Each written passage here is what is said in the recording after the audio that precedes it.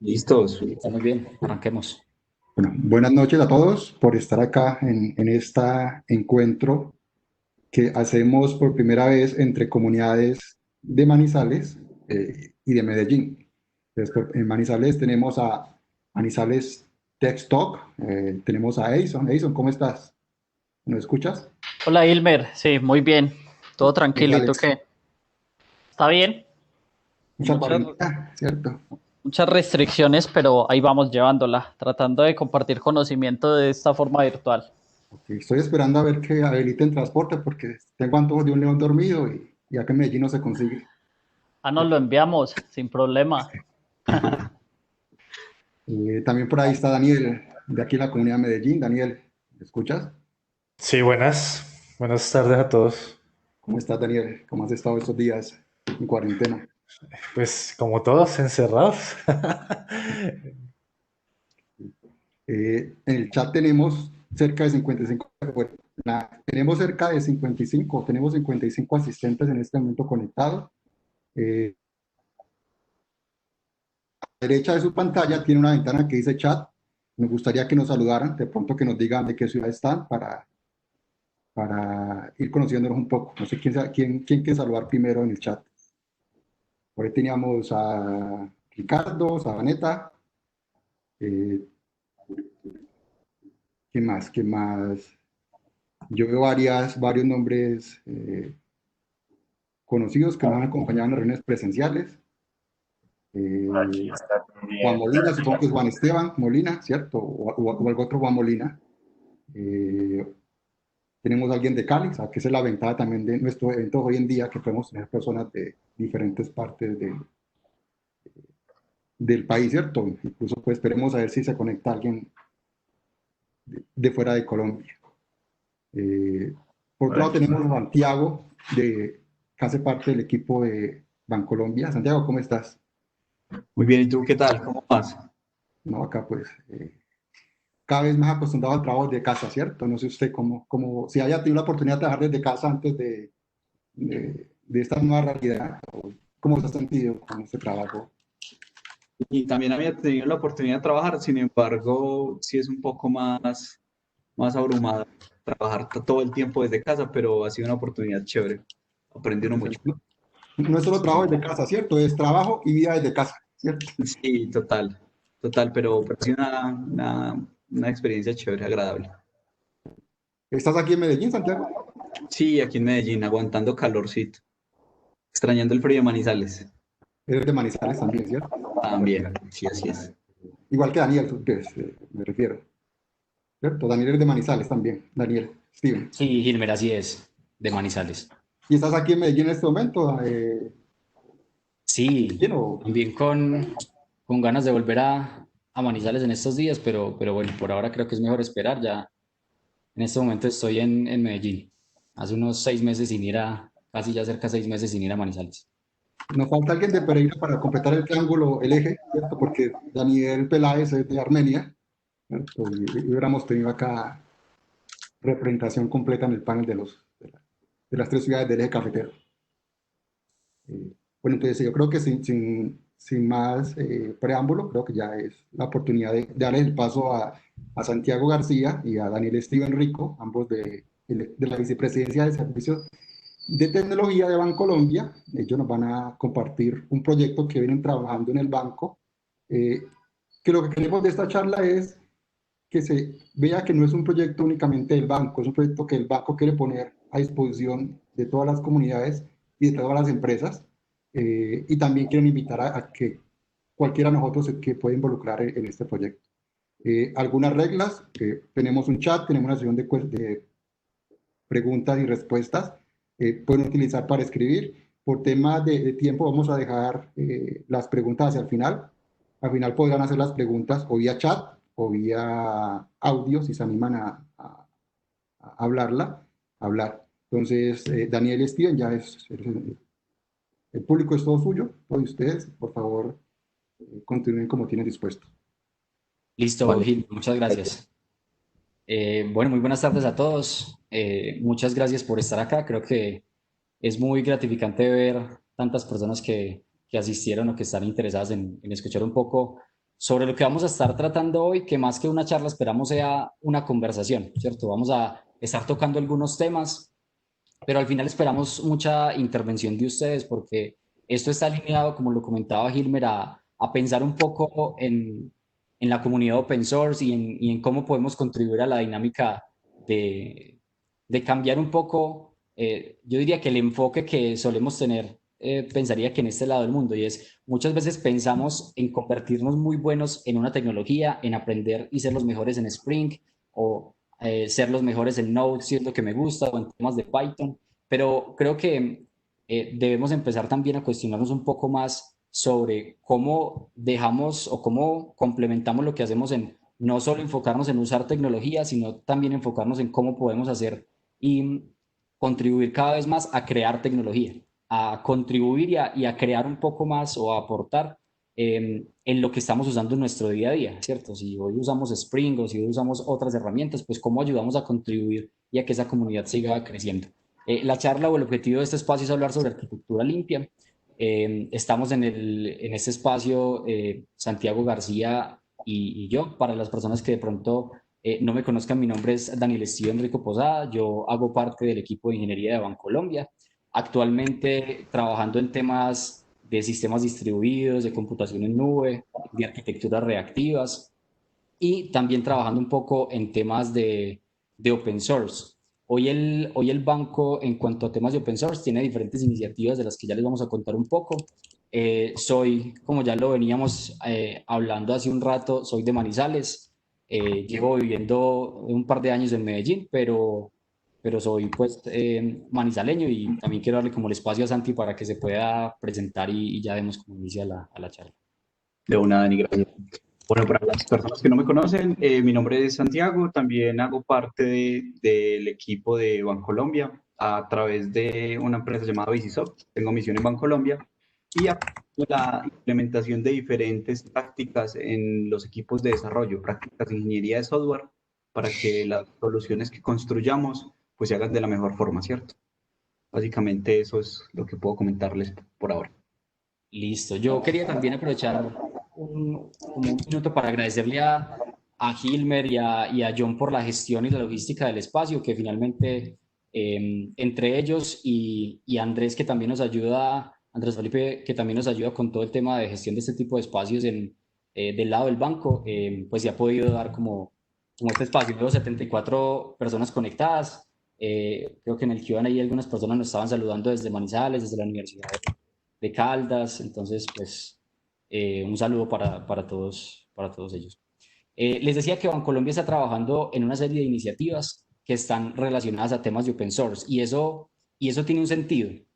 Creo que Bancolombia desde hace un buen tiempo viene usando open source, pero hace más o menos un año lo declaró dentro de su estrategia. Y eso creo que marca una diferencia porque es una entidad que tradicionalmente se ha enfocado o digamos que ha confiado en muchos de los software que probablemente eran licenciados o que la confianza iba más por el soporte que una herramienta me podía dar alrededor de una empresa o de un tercero. Ha volcado un poco su estrategia a pensar en que en realidad open source debe hacer parte de su estrategia.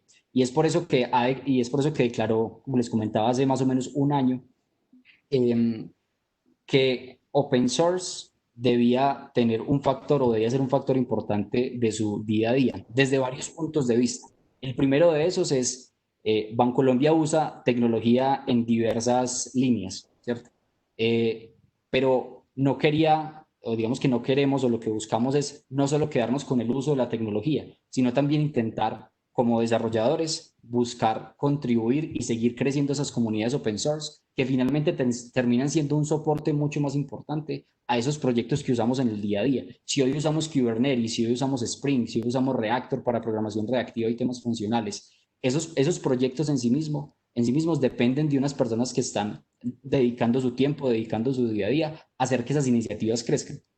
Y creo que cada vez deberíamos involucrarnos más en aportar y que desde Colombia, en este caso, podamos contribuir a esas iniciativas de las que tanto nos vemos beneficiados en el día a día. Hay dos iniciativas puntuales de las que quiero comentarles en la que se están trabajando. La primera de esas tiene que ver con Bancolombia Tech. Bancolombia Tech es un blog de Bancolombia público, un blog abierto, en donde estamos contando cómo hacemos las cosas, en donde estamos contando un poco si trabajamos o si encontramos algo a nivel de una decisión de arquitectura que nos fue útil, un tema de seguridad y su acercamiento a nivel de implementación que consideramos le puede servir a alguien más cuando se encuentre en un escenario como ese. Lo vamos a estar escribiendo en Bancolombia Tech. En este momento se pueden encontrar unos 20 o 22 artículos que están publicados.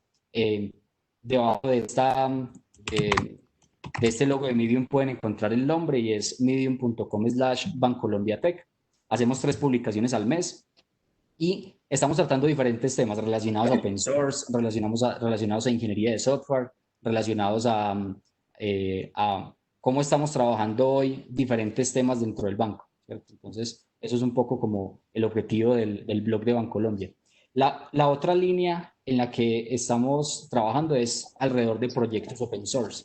Esos proyectos open source, hoy Bancolombia tiene una organización dentro de GitHub en donde estamos buscando hacer varias cosas. Lo primero es contribuir, como les decía, a esos proyectos que nosotros estamos utilizando en nuestro día a día e intentar ver cómo los podemos mejorar, cómo podemos aportar a esas iniciativas open source desde el mismo tiempo que dedicamos de desarrollo en el banco. Y lo otro es ver qué hay al interior del banco que pueda serle útil a otras empresas, a otros desarrolladores y publicarlo sin ningún objetivo de lucro ni nada por el estilo. Publicarlo open source con la licencia open source más permisiva posible, en donde lo que buscamos es crear comunidad, contribuir un poco con lo que creemos que desde el interior le puede servir a otras personas y que otras personas se unan a esa iniciativa para que podamos seguir creciendo estos proyectos. Hasta el momento tenemos 6 proyectos open source publicados. Uno de esos tiene que ver con un analizador de rendimiento. Ese analizador de rendimiento lo que busca es revisar cuáles son los puntos de degradación de una aplicación a medida que aumenta la concurrencia. Así, en resumen, lo que busca es, yo tengo una aplicación y tengo un requerimiento que busca que mi aplicación soporte 1000 transacciones por segundo. Esa herramienta me va a permitir hacer pruebas e identificar en qué cantidad de usuarios y dando una respuesta de cuántas transacciones por segundo, mi aplicación va a empezar a degradarse y definitivamente tengo que tener alguna estrategia de escalamiento. Ahora, el plugin, tenemos otro que es Secrets Manager, que es una abstracción para manejar secretos de las aplicaciones externos a estas mismas y que puedan usar diferentes servicios de diferentes nubes para ese propósito.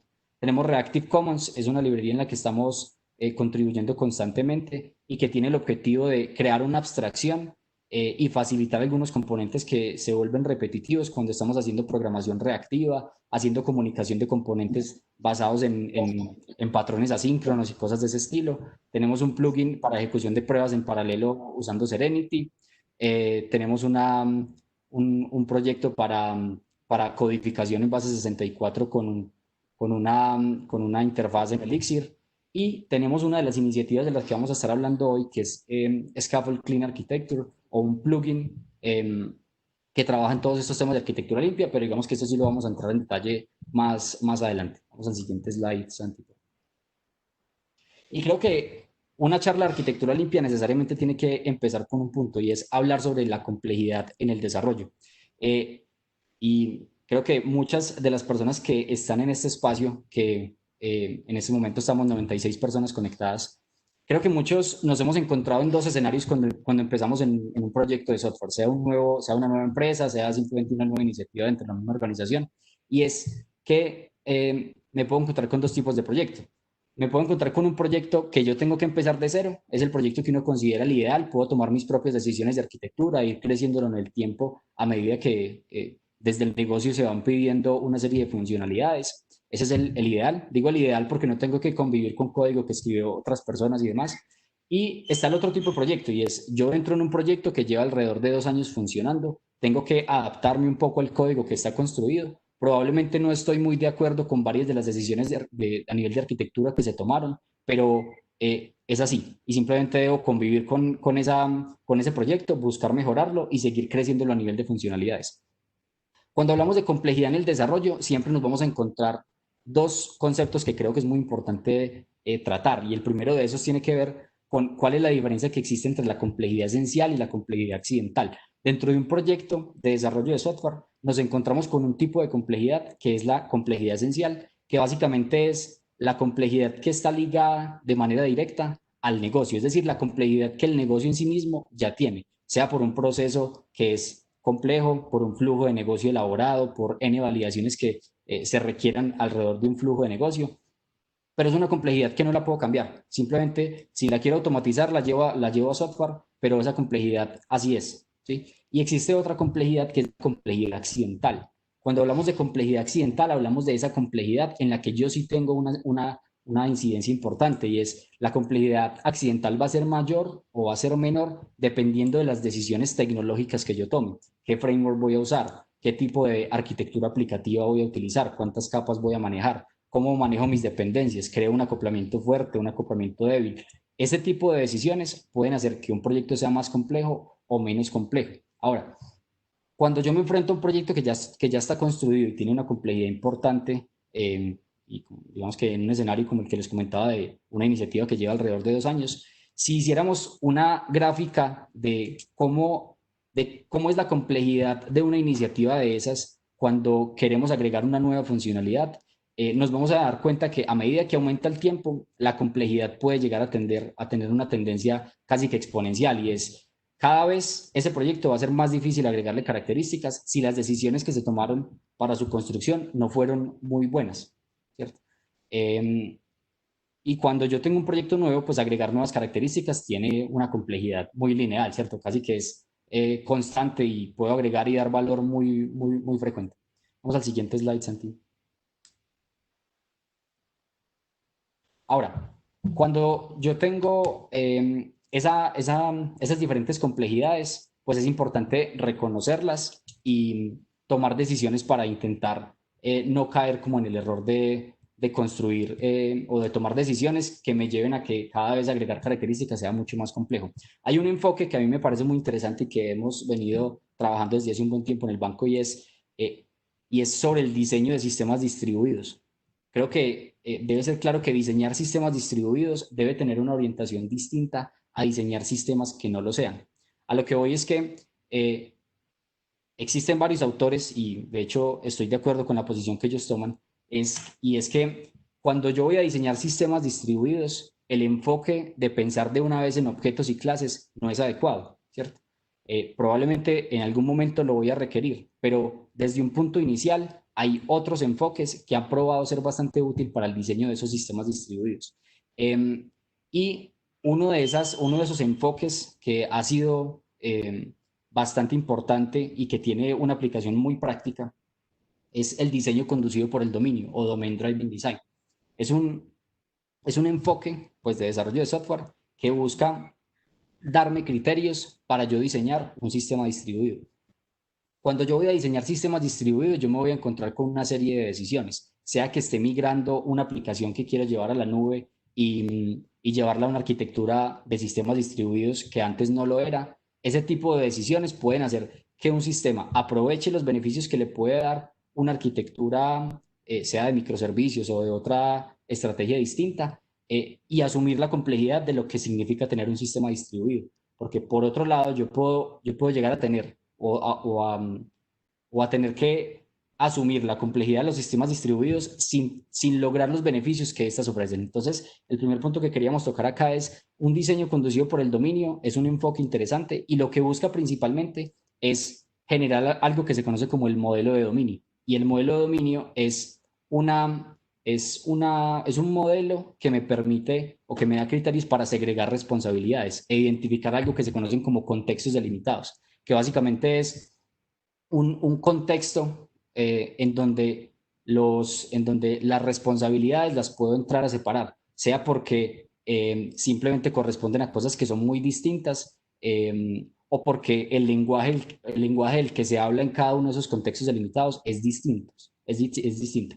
Cuando yo utilizo un enfoque como este y logro tener un sistema distribuido como de este estilo, necesito tener algo que me permita materializar este enfoque en código. sí, son conceptos muy interesantes de cuide el dominio, pilas con la complejidad accidental de las decisiones tecnológicas que está tomando, pero eso no se puede quedar en una teoría. Son, como les digo, conceptos interesantes, pero que tienen que materializarse. Entonces, la forma en que cada uno de esos círculos azules que ustedes ven ahí, que puede corresponder a un contexto delimitado, simplemente para llevarlo a fines más simples, una aplicación, sea una estrategia de microservicios o no, simplemente una aplicación, es arquitectura limpia o clean architecture. Cuando nos vamos a arquitectura limpia, y podemos pasar, Santi, al siguiente slide, eh, este es un enfoque que ha planteado alguien que se conoce como Robert C. Martin, o como probablemente será un poco más reconocido, y es el tío Bob, ¿cierto? Sobre cómo construir aplicaciones que cuiden lo más importante de esas aplicaciones. ¿Qué es lo más importante de una aplicación? Lo más importante de una aplicación no es el motor de inyección de dependencias que yo elija. Lo más importante de una aplicación no es la base de datos que yo elija.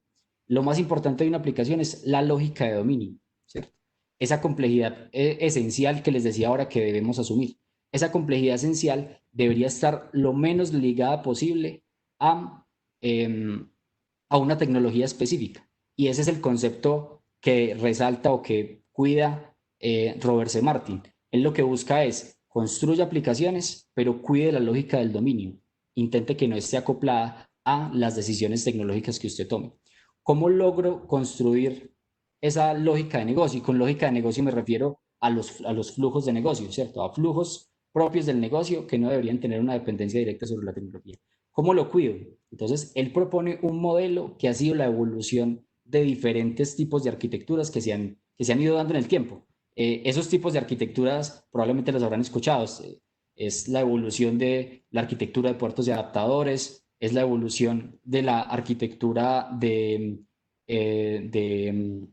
cebolla y otras iniciativas que han sido como importantes en este punto. Ahora, qué es la arquitectura limpia? Propone varias capas.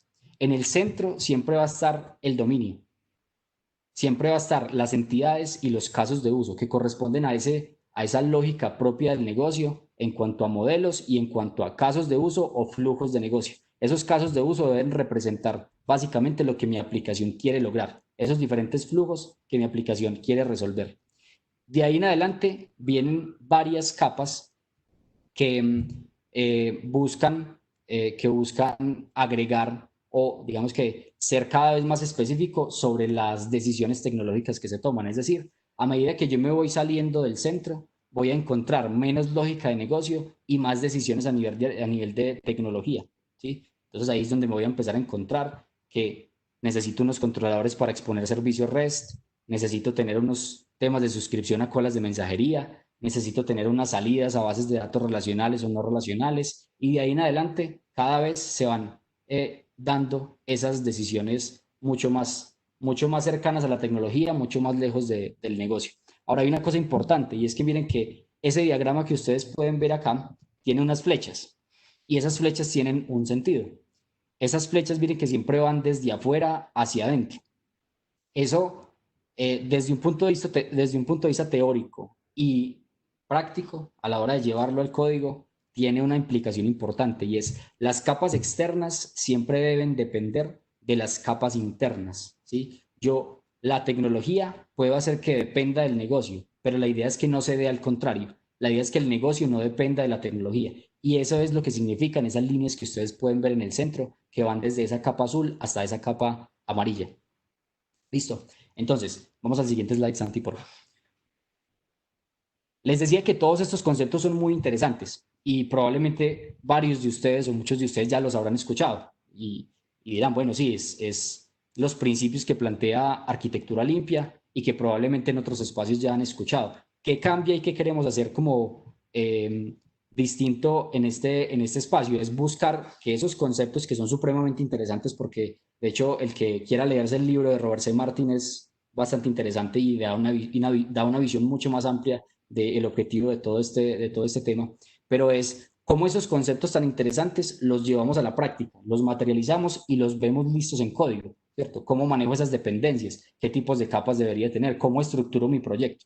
Y eso es lo que busca este siguiente diagrama que les estoy mostrando acá. Esta es básicamente la representación un poco más cercana a la práctica o a la implementación de lo que Robert C. Martin comentaba en el diagrama un poco más teórico, en ese espacio o en ese diagrama circular. Tenemos una capa en el centro que es el dominio, es la capa verde que ustedes ven en ese centro, ese verde claro. Ese verde claro, miren que tiene dos componentes. Esos dos componentes que básicamente van a terminar siendo subproyectos. En este caso, si lo vemos en el marco de Java y del plugin que estamos proponiendo, pues van a ser subproyectos Gradle, ¿cierto? Pero estamos hablando de entidades y de casos de uso dentro de este marco del dominio. El dominio, miren que al tener casos de uso y entidades, los casos de uso son los que van a depender de las entidades. Las entidades no dependen de nadie, ¿sí? Ellas están expuestas para ser utilizadas por diferentes capas, pero en realidad no tienen ninguna flecha que salga de ellos hacia el exterior. ¿Listo? Con eso resolvemos la capa de dominio. Ahora nos vamos a una capa amarilla que tiene que ver con la capa de infraestructura. Esa capa de infraestructura tiene dos conceptos que son muy importantes. El primero es los entry points o los driver adapters y el otro son los driven adapters o los puntos de salida, ¿cierto? Entonces estamos hablando puntos de entrada y puntos de salida. ¿A qué me refiero con un punto de entrada? El punto de entrada es básicamente la forma en que yo estoy exponiendo mi aplicación para que otros la puedan usar. Es decir, yo puedo tener una capa de exposición de servicios REST. Puedo tener una capa que lo que haga es suscribirse a una cola de mensajería y disparar una lógica de negocio basado en un mensaje que me llegó a esa cola de mensajería. O yo podría tener un trigger que se dispara todos los días a las 8 de la mañana y lanzar una lógica de dominio. Ahora, miren que ese punto de entrada no debería tener un impacto sobre la lógica de negocio que yo quiero implementar, que yo quiero disparar. Es decir, si yo tengo un punto de entrada REST y quiero disparar una lógica de negocio, válido. Y si tengo el mismo punto de entrada a través de la lectura a una cola de mensajería y quiero disparar la misma lógica de negocio, eso no me debería implicar repetir código o simplemente un refactor muy importante. Digamos que eso lo que busca es, puedo tener varios puntos de entrada. De hecho, puedo decidir al momento de crear mi aplicación con cuál punto de entrada quiero irme. Ahora, ¿qué son los puntos de salida? Los puntos de salida pueden ser esos servicios externos, esas bases de datos, esos componentes adicionales con los que yo tengo que comunicarme para resolver algo. Si yo dentro de un flujo de negocio necesito ir a consumir un servicio no sé, del gobierno, un servicio de otra aplicación, ese tipo de cosas son adaptadores de salida, o consumir una base de datos RDS en Amazon, un Dynamo, un MongoDB. Ese tipo de cosas se convierten en adaptadores de salida. Y miren que la dependencia o las líneas que salen desde estos adaptadores o desde estos componentes siempre van desde esos componentes hacia el interior. Es decir, el Driven Adapter REST depende del caso de uso, es decir, depende del dominio, pero el caso de uso o el flujo de negocio no depende de esos adaptadores de entrada, ¿sí? ¿Qué más capas tenemos? Bueno, ¿cómo logro que mi lógica de dominio no tenga una dependencia directa con la tecnología? A través de un concepto que es interesante y que muchas veces se ha confundido con otro que puede ser muy parecido, pero en realidad estamos hablando de cosas distintas, y es la inversión de dependencias, ¿sí? Que es diferente a la inyección de dependencias, ¿cierto? Cuando yo hablo de inversión de dependencias, estoy haciendo referencia a invertir ese flujo de control, ¿sí? No simplemente lograr una inyección de un componente para que sea utilizado en otro, sino lograr que ese otro componente no tenga una dependencia o un conocimiento directo sobre ese otro elemento. Es decir, estoy logrando abstraer mi lógica de dominio de un adaptador específico. ¿Cómo lo logro? A través de inversión de dependencias. Claramente, para lograr inversión de dependencias voy a necesitar inyección de dependencias, pero es importante tener en cuenta que son dos conceptos distintos y digamos que hacen parte fundamental de las decisiones que se toman cuando pensamos en arquitectura limpia y en cómo llevarlo al código. Ahora, nos vamos a una capa mucho más externa y es una capa de configuración o de módulo principal. Esa capa de configuración lo que busca es crear primero el módulo booteable de mi aplicación, ¿cierto? Ese módulo booteable va a tener la responsabilidad de inicializar los diferentes adaptadores que yo configure y todo lo que corresponda para que mi aplicación funcione adecuadamente, además de tener temas de configuraciones de propiedades y demás. Pero algo importante es que desde este punto es donde estas diferentes fichas que ustedes ven acá, que podrían verlas como si fuera una ficha de Lego, ¿cierto? Fichas de Lego. Tengo cada uno de esos cuadros blancos que ven ahí, puede ser una ficha de Lego. Y esa ficha de Lego yo debería tener la capacidad de ensamblarla según mi necesidad. Si yo quiero crear una unidad desplegable que use 4 fichas de Lego de las que están ahí construidas, debería poder hacerlo. Debería poder elegir mi punto de entrada REST, elegir claramente mi lógica de dominio que siempre va a ir y elegir mi punto de salida como un servicio externo al que quiero comunicarme.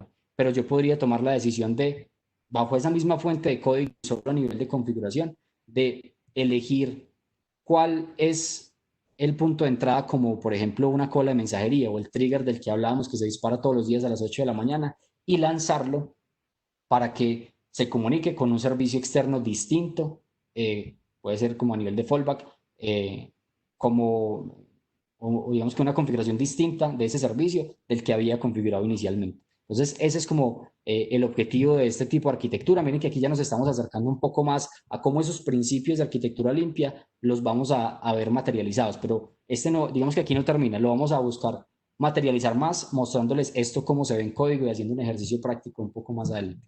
Vamos ante el siguiente slide. Ahora, probablemente se estarán preguntando, bueno, ¿y yo cuándo debería utilizar arquitectura limpia? La arquitectura limpia es un enfoque creo que es bastante útil en muchos escenarios. No quiere decir que siempre lo tengan que usar para todo y que sea la bala de plata que utilicen para todos los tipos de proyectos que creen, pero sí hemos visto, y esto lo digo por el desarrollo que estamos haciendo hoy en el banco, que hay muchos proyectos que se benefician de este tipo de enfoque, que es un enfoque que hoy se utiliza al interior del banco con todos estos conceptos que hoy les estamos contando. Entonces, ¿cuándo debería yo utilizar arquitectura limpia? Cuando tengo diferentes puntos de entrada.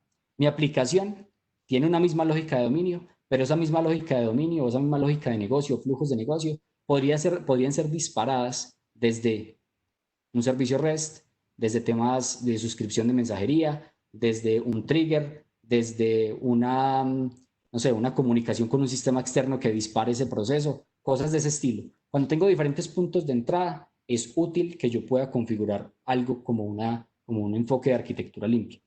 ¿Listo? Y es importante entender que esa misma base de código me va a servir para yo crear diferentes configuraciones con esas fichas de Lego de la que les estaba hablando. Y es, puedo hacer una configuración, desplegar hacer un despliegue en mi aplicación en donde mi punto de entrada es un servicio REST, pero con la misma base de código puedo crear otra unidad desplegable que tenga un punto de entrada distinto. Ahora, cuando yo no quiero tener un acoplamiento a tecnologías o servicios específicos, y aquí les pongo un escenario práctico, si ustedes tienen una aplicación y esa aplicación tiene que hacer uso de un servicio de mensajería para enviar mensajes de texto de tipo SMS, ahí pueden pasar varias cosas. El servicio de SMS puede variar en el tiempo por decisiones de negocio o por decisiones funcionales. Simplemente yo puedo tomar una decisión de negocio en donde el día de mañana me quiero pasar a otro proveedor de SMS porque es que me está cobrando más barato. ¿Sí? Logré tener un plan con ellos en donde el costo se me reduce de una manera importante versus el que había adquirido antes. Si mi lógica de negocio o si mi aplicación está completamente acoplada al servicio que estoy consumiendo a nivel de mensajería, a nivel de estar inmerso en diferentes lugares de la capa de dominio, dentro de los flujos de negocio, cambiarlo va a ser difícil.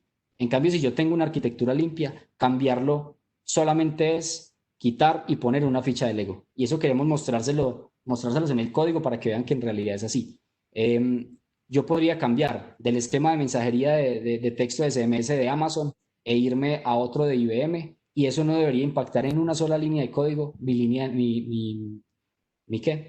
lógica de negocio, mis flujos de negocio. ¿Listo? Ahora, hay otro tema muy importante y es las estrategias de fallback. Las estrategias de fallback es algo que puede ser muy útil y que se ve beneficiado con este tipo de arquitectura. Yo puedo tener 2 servicios a los que voy a comunicarme y decir que uno de ellos va a ser fallback del otro. Es decir, si uno de esos servicios se cae, yo puedo comunicarme con el otro que me va a resolver la misma necesidad, digamos, de una manera distinta, puede que con menos rendimiento y demás. Y es un escenario que se da hoy mucho en el banco, principalmente en temas de migración, por ejemplo. Si yo estoy llevando una aplicación y hoy consume un servicio, queremos pasarlo a un servicio que sea nuevo, yo puedo tener una unidad desplegable que le apunte a ese nuevo servicio, pero si ese nuevo servicio, que probablemente está en estabilización y cosas de ese estilo, llega a fallar, yo debería poder fácilmente crear una nueva configuración de mi aplicación, redesplegar con la misma base de código y esa base de código comunicarse con el nuevo servicio o con el servicio viejo más bien, que era el que estaba funcionando adecuadamente, ¿cierto? Y esas decisiones pues son bastante útiles y hoy las vivimos pues en el banco. Entonces creo que es importante también como resaltarlas. Ese fallback puede manejarse de diferentes formas, sea con eso que les estoy comentando, o pensemos en aplicaciones que tienen configuraciones distintas y que la estrategia de fallback está más a nivel de infraestructura, a nivel de si uno de mis aplicaciones está fallando, si una de las unidades desplegables que tengo configurada está fallando, entonces que a nivel del enrutamiento dejen de llevarse peticiones a esa unidad desplegable y se lleven las peticiones a la otra que tiene una configuración distinta. Y eso se hace con la misma base de código y solamente configuraciones distintas a nivel de infraestructura. Cuando yo quiero tener lógica de negocio sin complejidad accidental, si yo quiero tener una lógica de negocio lo más limpia posible y poder variar las cosas en el tiempo, poder variar que hoy uso mi punto de entrada con servicio REST de Spring MVC o que quiero llegar a cambiarlo a otro tipo de framework con el que quiero exponer mi servicio REST o a otra cola de mensajería distinta, cosas de ese estilo, no deberían de impactar de manera tan directa la lógica de negocio. Y básicamente, en resumen, es cuando tenga una existencia de diferentes adaptadores. Si yo tengo diferentes adaptadores, tanto de salida o de puntos de entrada, es donde arquitectura limpia tiene su mayor potencial. Entonces, creo que es importante tenerlo en cuenta a la hora de pensar, bueno, ¿y yo cuándo debo usar arquitectura limpia? Listo. Vamos, Santi, listo. Aquí, como les decía, la idea es continuar dándole un poco más de cercanía a estos conceptos del lado del código, ¿cierto? ¿Cómo se ven estos conceptos en la práctica?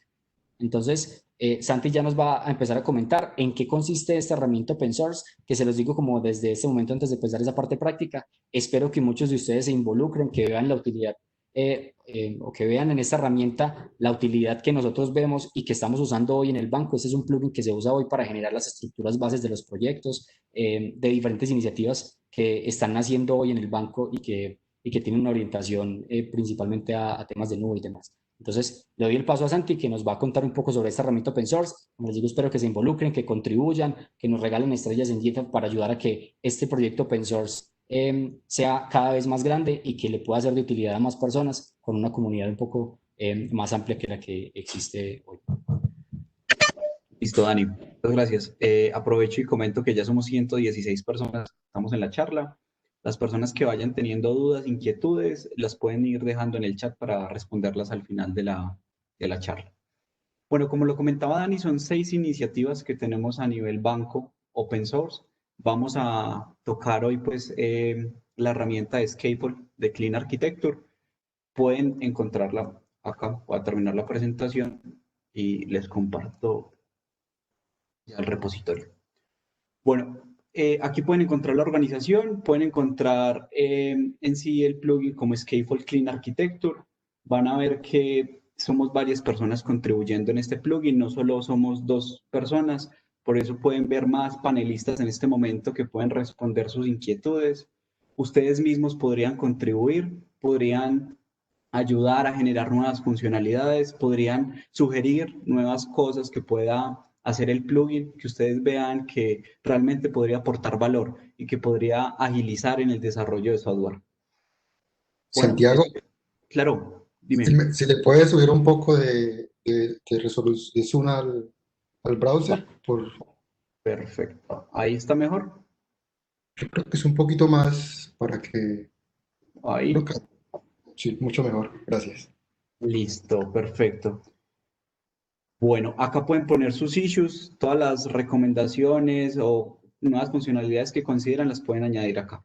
Y para contribuir, pues aquí está toda la guía que podemos seguir para participar del proyecto. Bueno, ¿cómo lo usamos?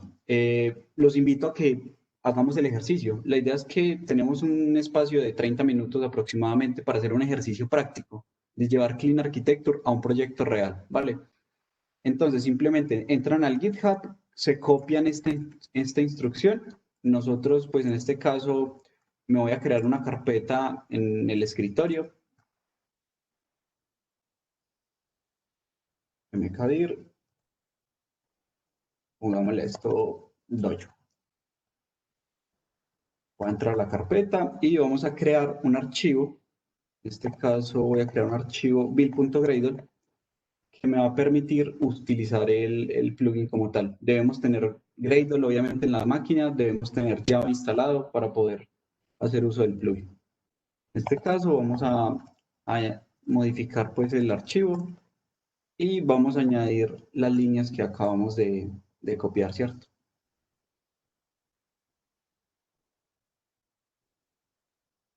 Listo. Ya con eso tenemos un build Gradle configurado con nuestro plugin.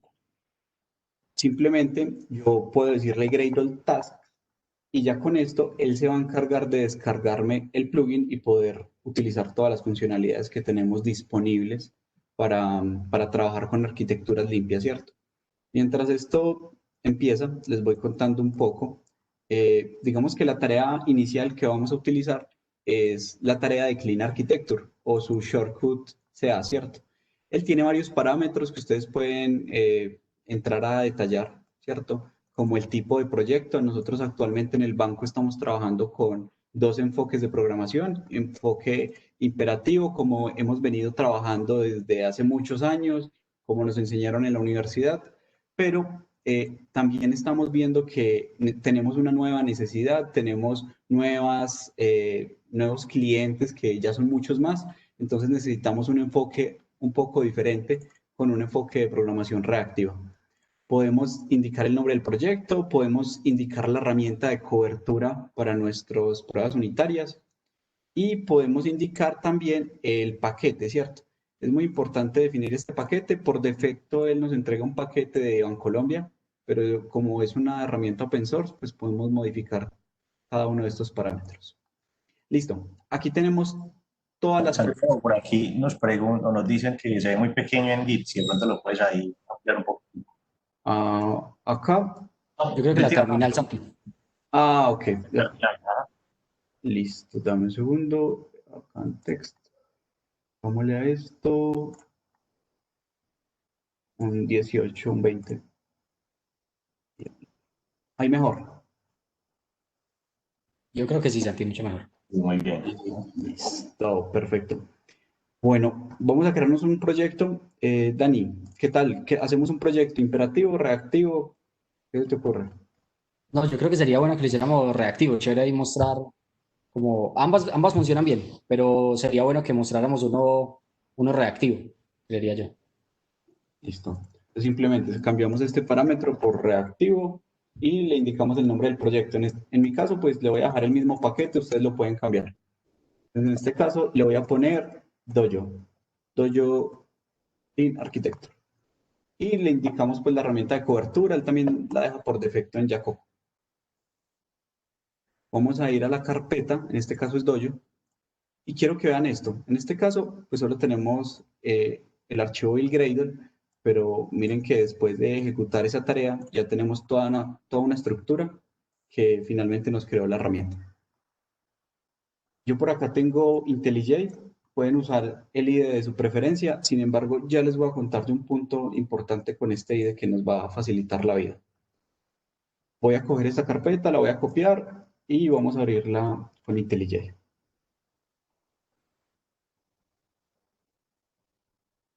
Listo, él va a empezar a importar lo que está especificado en el el build.gradle, perdón, y vamos a ver la estructura del proyecto. Si ustedes usan un IDE diferente, resulta que a nivel de... Me sacó un error, déjenme valido acá las preferencias de Gradle. Settings, por aquí build, tools, Gradle, y aquí voy a ponerle el Gradle. Me sacó este error, pero es por donde tengo Gradle instalado en mi máquina. Listo. Entonces, si ustedes abren este proyecto con otro IDE como Eclipse o Spring Tool Suite, les va a generar una estructura igual. Sin embargo, van a verla en el IDE de una forma diferente. Resulta que esta herramienta que nosotros desarrollamos hace una separación fuerte a nivel de las diferentes capas que les estuvo comentando ahora Dani. la capa de infraestructura, la capa de dominio, la capa de configuración. Nosotros la estamos separando de una forma fuerte. ¿Cómo se hace esa separación? A través de subproyectos. Entonces, cada uno de esos subproyectos nos lo estaría mostrando como un proyecto aparte. Digamos que con la vista de IntelliJ nos facilita un poco ese tema. Bueno, acá ya me importó mi proyecto, sin problemas. Vamos a ver el README.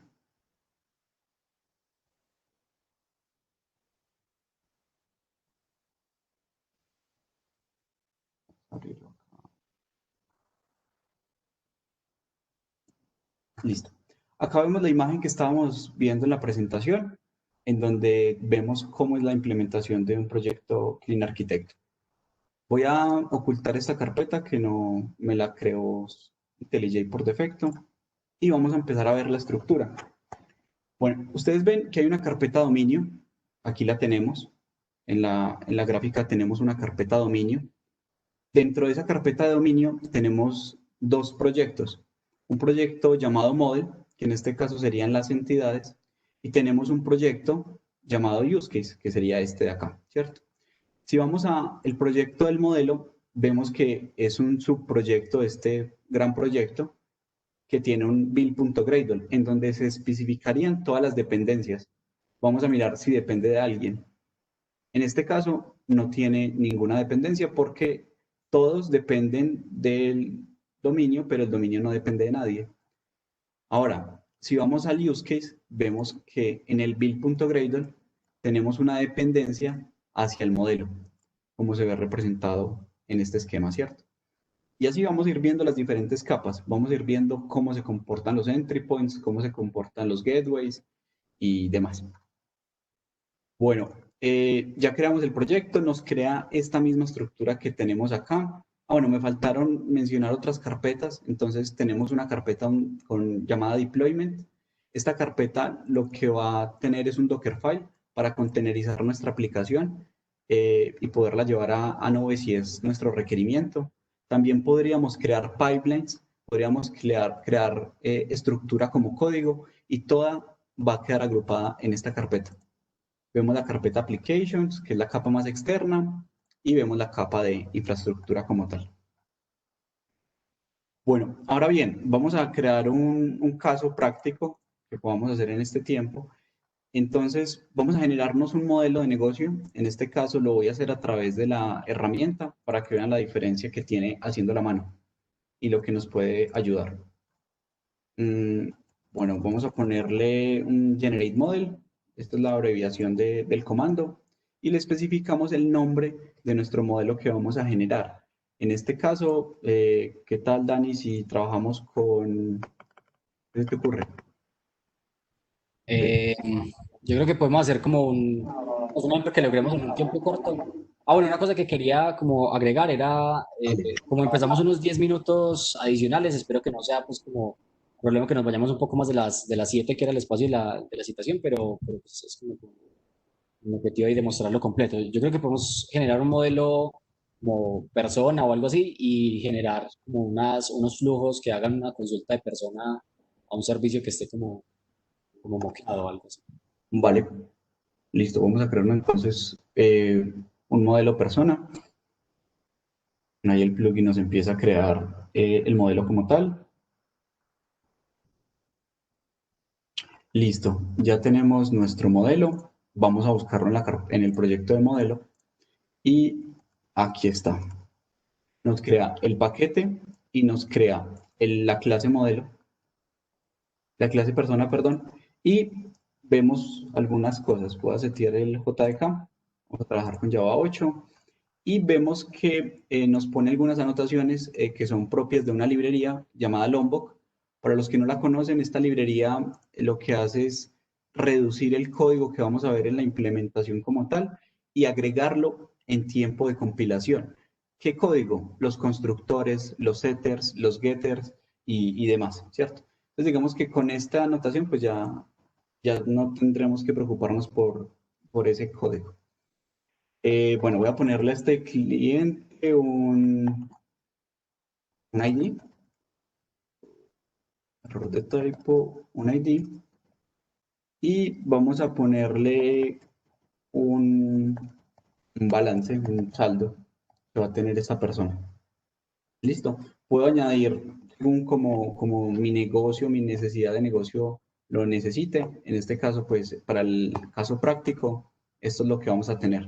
Un modelo persona que vamos a implementar como tal. Si ven, hay una carpeta Gateways. Esta carpeta Gateways lo que tiene es una interfaz que en el diagrama sería un puerto.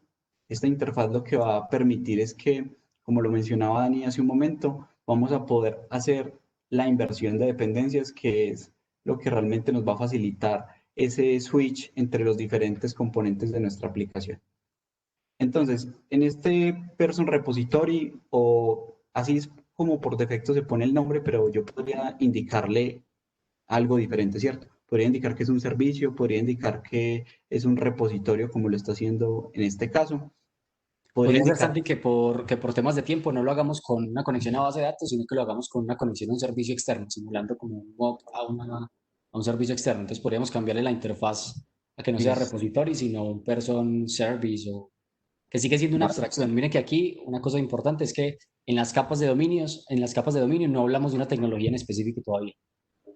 así es. Aquí no estamos hablando de ninguna implementación en concreto. Bueno, voy a definir uno o dos contratos. En este caso le voy a decir que me dé un mono. En este caso, como estamos trabajando con programación reactiva, pues hablamos de monos y de flux, pero pues no, si no lo conocen, no hay problema. Es simplemente un empaquetado a nuestra entidad, que en este caso sería una persona. Y le vamos a decir get balance o get person, no sé, algo así. Y esto recibe un ID. ¿Sí? Y podríamos decir que nos va a devolver, podríamos copiarnos esta firma y obtener el balance, por ejemplo. Get balance de un ID, y en este caso pues le decimos que esto es un float como tal, ¿cierto? No me acuerdo cómo le definí el balance. Ah, bueno, aquí lo definí como string, démosle que esto es un float. Listo, ¿qué tenemos hasta ahora? Pues tenemos un modelo persona, y tenemos un contrato con dos firmas, getPerson y getBalance, que básicamente nos devuelven la persona y el saldo pues de la persona. Santiago, ¿nos Sí, ayudas con la fuente de IntelliJ, por favor? Está un poco claro que pequeño. sí, claro que sí. Font, ponle- Si tienen modo de presentador, también. También funciona, ese no sé cómo ponerlo. Lo voy a poner por acá y me dicen qué tal se ve, listo. ¿Mejor o un poco más? Yo le pondría un poco más, Listo, vamos a para los que están buscarlo. con pantallas pequeñas en la casa. Listo, pongámosle 22, a ver cómo nos va. Ahí, ¿mejor? Creo que sí, Sí, sí. listo, perfecto. Entonces, tenemos la firma de nuestro contrato, tenemos nuestro modelo, vamos bien. Ahora, vamos a revisar lo que sigue. Finalmente tenemos un modelo, pero no tenemos todavía ninguna lógica de negocio implementada. Digamos que toda esa lógica de negocio la deberíamos poner en los casos de uso. Entonces, lo que vamos a hacer es generarnos, pues en este caso, un caso de uso. Listo, vamos a ponerle person, en este caso estamos trabajando sobre la persona. Él automáticamente le concatena las palabras use case. No hay que preocuparnos por indicarle que es un use case. Vale, puedes minimizar este modelo.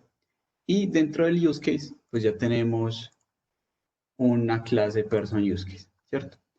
Digamos que aquí tenemos una notación que es recurrent constructor, que lo que va a indicar es que todos los elementos o todos los atributos que estén dentro de mi clase person use case, que lleven la palabra final, deben ser inyectados a nivel de constructor. Eso es muy importante. Tener esta notación es lo mismo que tener un constructor seteando pues cada uno de los atributos que tenga dentro de mi clase. Entonces, en este caso, yo voy a declarar la interfaz que acabo de crear, que se llamó person service. Le voy a poner a esto que esto es un service. Podemos ponerle como Service Gateway para anotar un poco ahorita el concepto de gateways. Sí, súper. Y vamos a crear dos métodos. En este caso, un método que me retorne un mono de persona. Pero el ID así grande es todo charro. Bueno, aquí démosle getPerson y ¿qué recibe? Pues recibe el ID de la persona. Y aquí ¿qué retorna?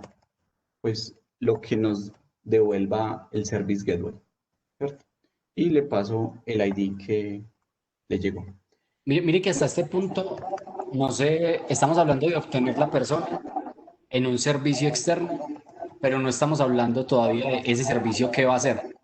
Escucho como un retorno, creo que ya. Estamos diciendo que vamos a obtener la persona contra un servicio, pero no estamos diciendo todavía ese servicio qué va a hacer, ¿cierto? Si va a ser ir digamos que a una base de datos o si simplemente ir a otro servicio externo. Eso creo que es importante resaltar.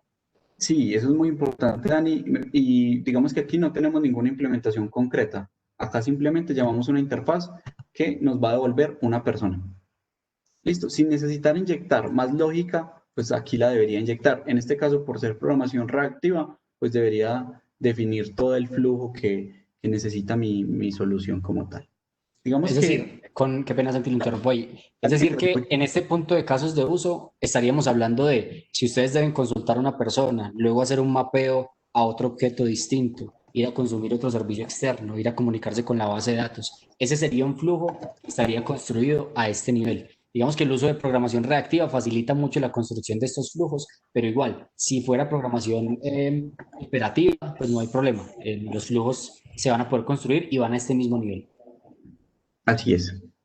Digamos que aquí ya tenemos nuestro caso de uso construido, el cual va a retornarme un mono de una persona o una persona y un balance, ¿cierto? Digamos que hasta este punto no tenemos ningún punto de entrada a nuestra aplicación, solo tenemos la lógica, pero necesitamos entrar a nuestra aplicación de uno de los N métodos que podemos exponer, ¿cierto? Digamos que nosotros a nivel de la herramienta que también les comentamos, podemos definir cómo queremos hacer ese punto de entrada a nuestra aplicación. Es más, nosotros hoy tenemos dos implementaciones ya listas para que ustedes las llamen y él automáticamente les crea toda la implementación, ya sea a través de un REST MVC o un Webflux para la programación reactiva. Podríamos añadir más. Ustedes son bienvenidos a que creen nuevos entry points al plugin como tal. O si no está, pues pueden crear un entry point genérico y ya realizar pues, la implementación concreta. En este caso, voy a crearme una implementación de Webflux, un entry point. Entonces voy a copiarme este código, lo voy a pegar en mi terminal para limpiarla. Y aquí, donde dice type, pues pongo Webflux. Cuando él termine, nos va a crear entonces un subproyecto dentro de la carpeta infrastructure. Aquí lo vamos a ver, carpeta infrastructure. Aquí vemos que tenemos drive adapters, que serían los puntos de salida de nuestra aplicación, y los entry points, que serían los puntos de entrada. En este caso, tenemos Reactive Web. Voy a importar Gradle para que me tome el subproyecto y vemos las implementaciones que tiene, las dependencias que tiene. En este caso, el entry point, el punto de entrada, depende tanto de mi lógica de negocio definida en el use case, depende del modelo, y miren que aquí ya lo estamos contaminando. Cuando digo contaminando es que le estamos añadiendo una tecnología, una complejidad accidental. Complejidad accidental porque necesitamos exponer nuestra aplicación puntualmente, ¿cierto? En este caso, a través de Webflux. Listo. Digamos que ahí está, bueno, está tomando las dependencias, por eso si lo abrimos, aún no me reconoce las clases. Miren que seguimos todavía con el stack reactivo de Spring, ¿cierto? Digamos que aquí, como Santi ya lo ha resaltado, podríamos estar usando el Spring MVC para exponer los servicios REST, pero en este caso estamos más por el lado del stack reactivo con el caso de Webflux. Así es. Voy a abrir nuevamente el README, en donde vemos que los puntos de entrada de nuestra aplicación están implementando o están haciendo uso de los casos de uso, ¿cierto? Sonó raro, pero los entry points están haciendo uso de las definiciones de nuestra lógica de negocio definidas dentro de los use cases. ¿Listo? Veámoslo en código. En este caso, tenemos esta clase API REST que tiene las anotaciones de REST Controller. Vamos a exponer a través de este path API.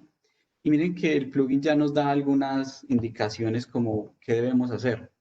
En este caso, tenemos un comentario que lo voy a quitar.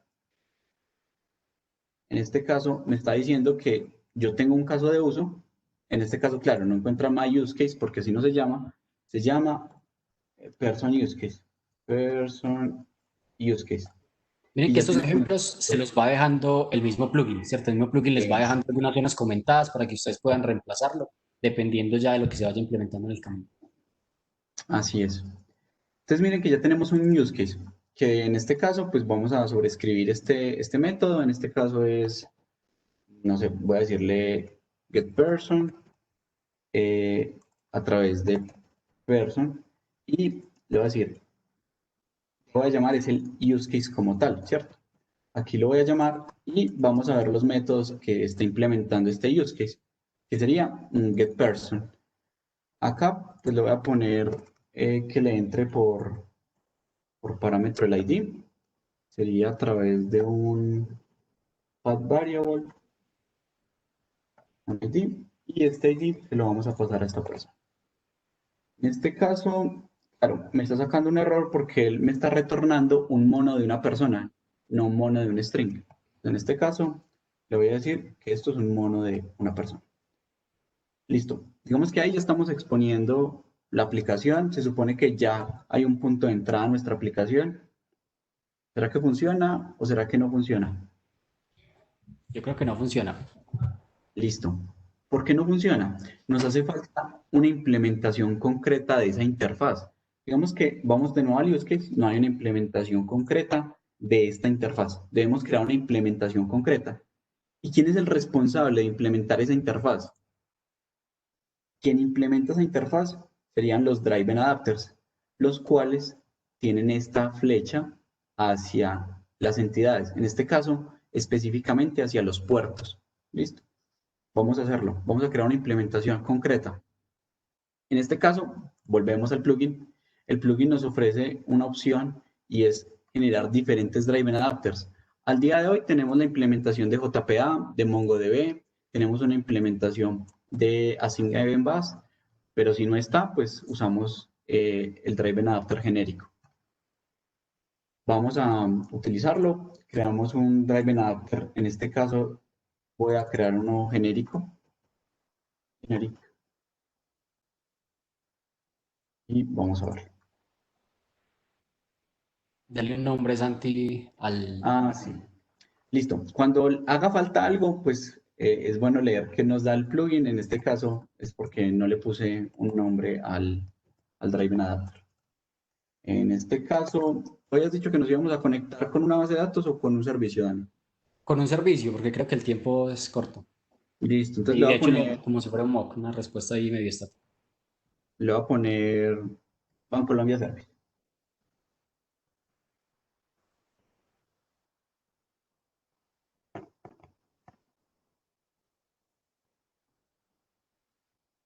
Listo. Nos vamos entonces en este caso para los Driven Adapters. Lo mismo hay que importar nuestro nuevo proyecto.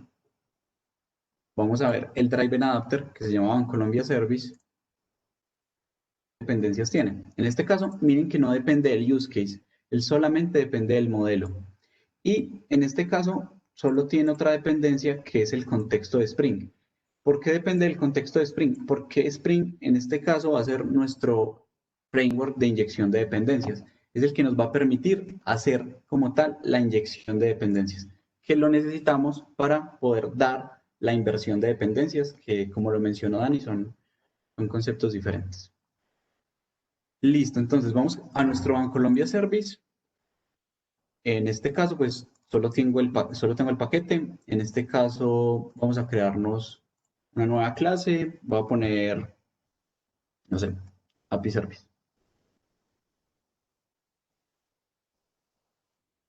Listo. Y acá pues debemos implementar como tal la lógica de la firma que definimos en nuestro contrato. ¿Que cómo se llamó esa interfaz o ese puerto? Person Service, en donde vamos a implementar estos dos métodos que definimos. En este caso, por tiempo, pues no nos vamos a conectar a un servicio ni vamos a conectarnos a una base de datos, simplemente vamos a retornar una respuesta. En este caso, yo voy a retornar un mono, que lo hago con MonoJust, de una persona. En este caso, persona está implementando el patrón builder con Lombok, en donde yo le digo el ID, que en este caso va a ser el mismo que reciba, y el balance. En este caso, pongámosle que va a ser 100, 1, 2, 3, 4, 5, porque esté platudo ese muchacho. Listo. Y démosle build. Y ahora vamos a retornar el balance, que en este caso también sería un MonoJust, y de un valor concreto, que sería lo mismo.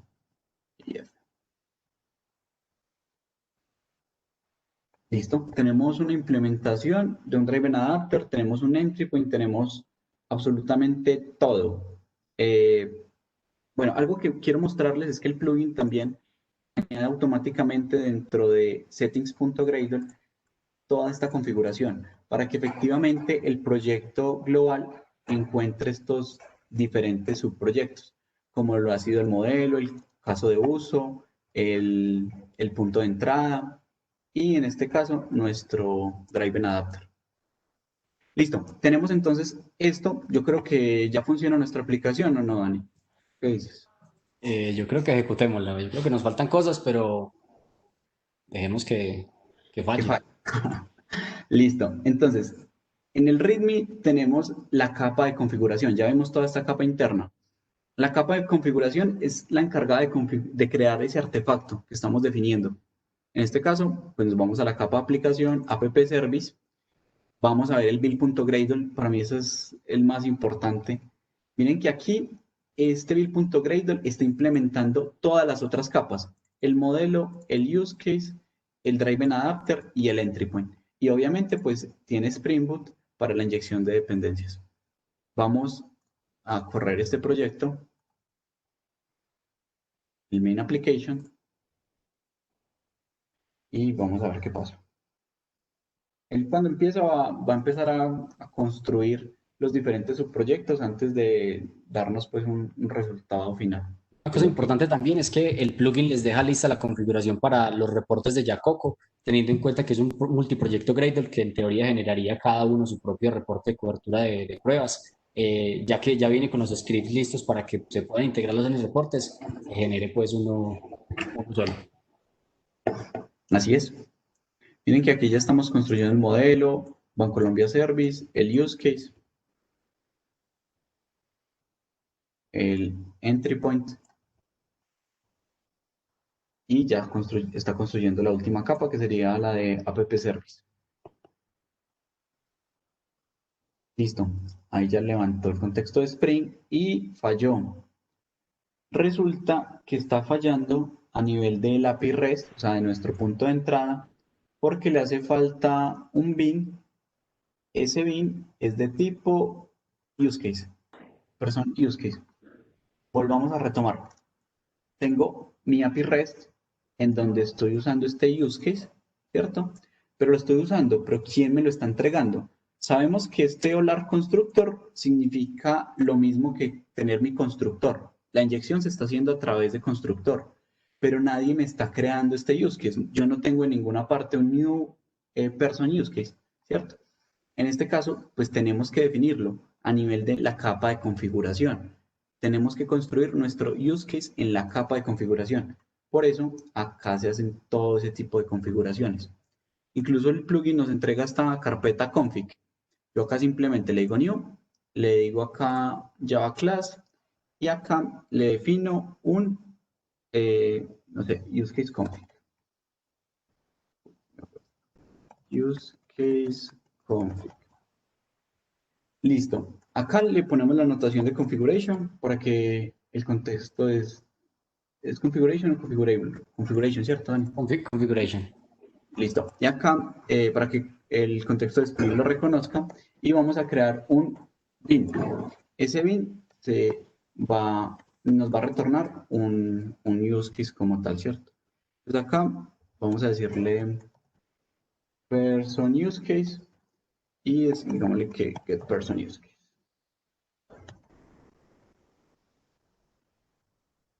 Vamos a retornar un new person use case. En este caso, pues ahí funciona, pero miremos que este señor pues debe requerir algo y es este person service. Se me olvidaba acá la palabra final. Si yo no le pongo final, no es un elemento, un atributo requerido. Lo voy a guardar, voy a volver a ese use case config y miren que ahí ya me está fallando el constructor. ¿Por qué? Porque solo tengo uno y ese constructor requiere el person use case, sí, perdón, el person service, que es una interfaz. Esa interfaz pues me tiene que llegar acá por parámetro, en este caso es person service. Voy a poner aquí service gateway como lo dijo ahora Dani. Y este service gateway se lo voy a pasar al constructor. Miremos a ver qué pasa. Volvámoslo a ejecutar. Tener en cuenta que este person service también estamos inyectándolo por el constructor, es decir, que alguien debe tener la responsabilidad de crear este person service, que no sé si ya pusimos Sí. en el adaptador la creación de este bin. No la tiene. Es más, nos va a fallar. Miremoslo acá. Vámonos de una vez al driven adapter. Mientras ejecuta. Acá ahí falló. Listo. Acá simplemente le voy a poner la anotación service para que el contexto de Spring lo interprete y sepa que tiene que crear un bin de API Service. Y como para agilizar un poco, ya ahí nuestra aplicación debería funcionar. Y voy a ir abriéndome Postman.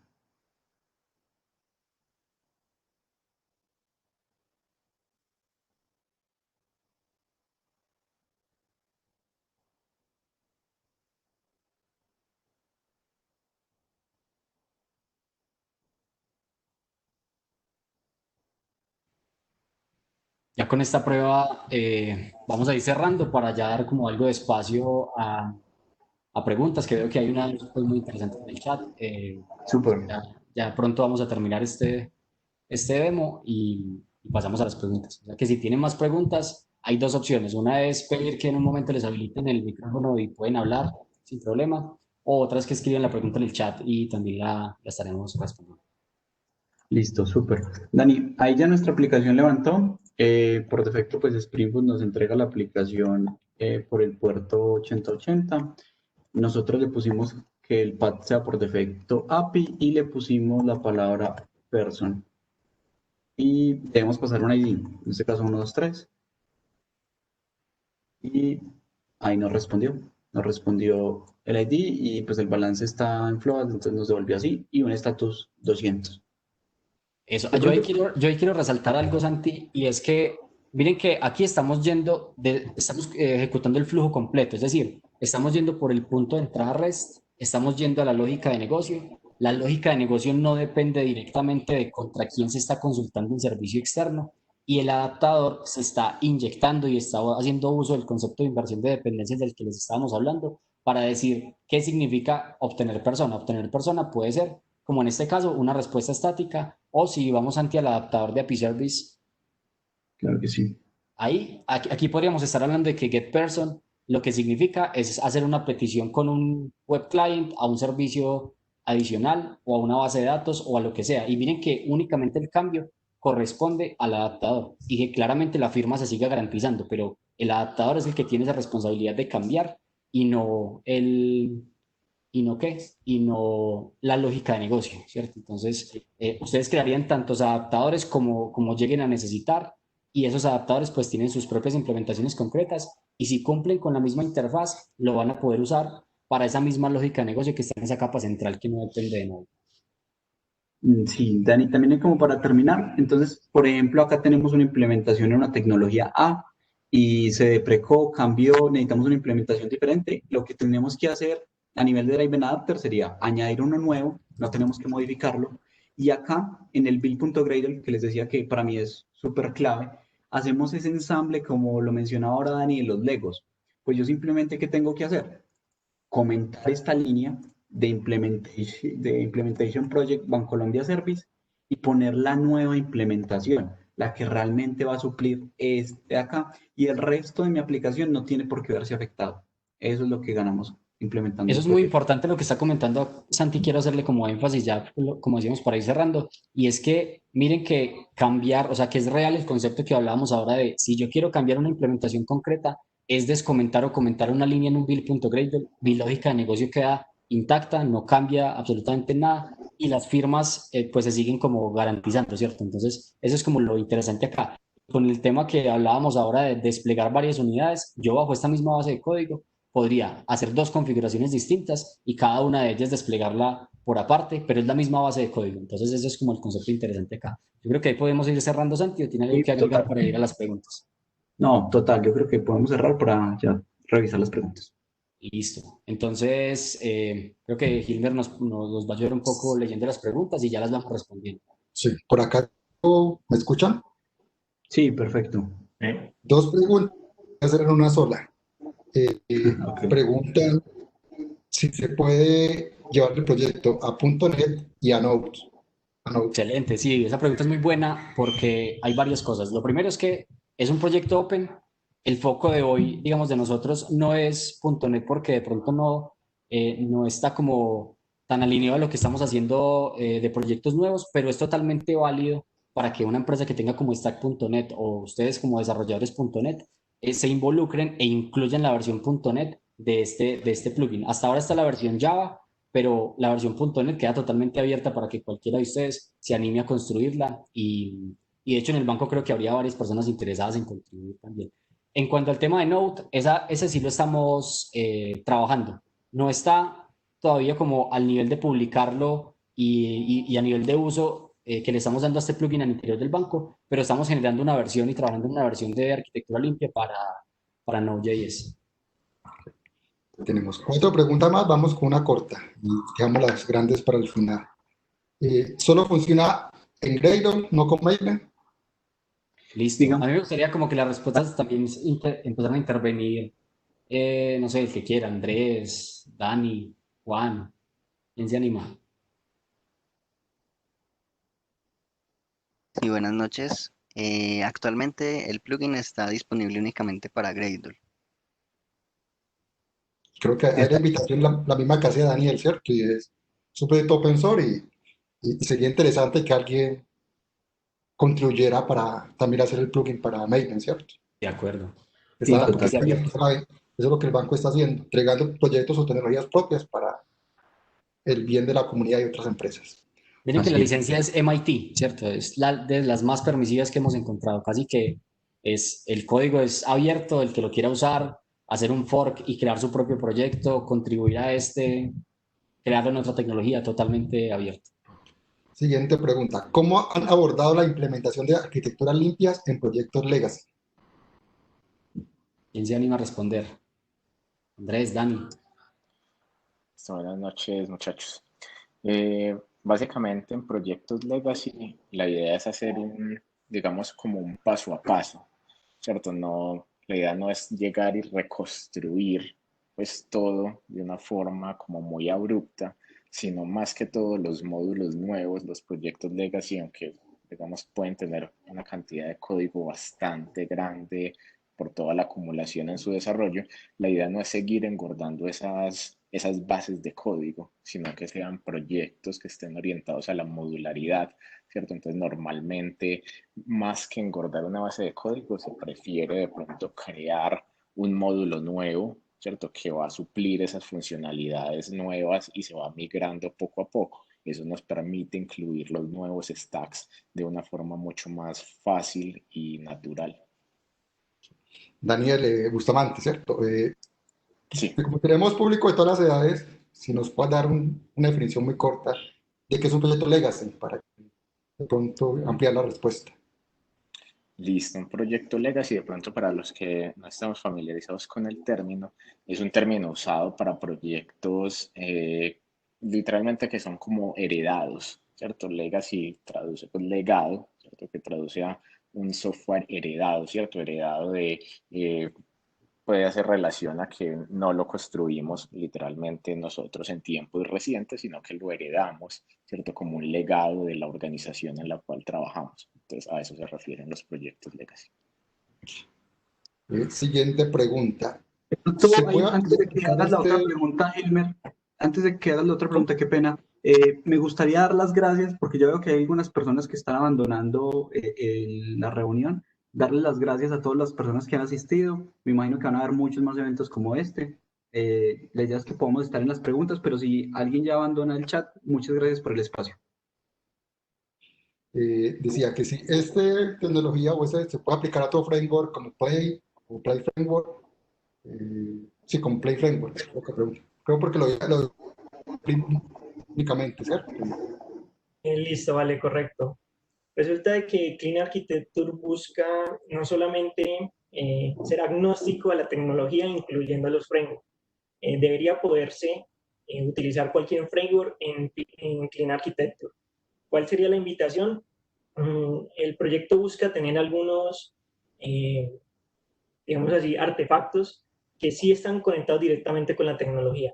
La invitación sería, por ejemplo, a tener esos conectores que permitan utilizar una tecnología en específico, por ejemplo, con Play Framework o con otros frameworks. Otra pregunta por acá es, ¿cómo se monetiza este proyecto? ¿O cuál es el objetivo de tener software en open source en una entidad como bancaria? Esa pregunta es bastante interesante, de hecho, muy buena pregunta.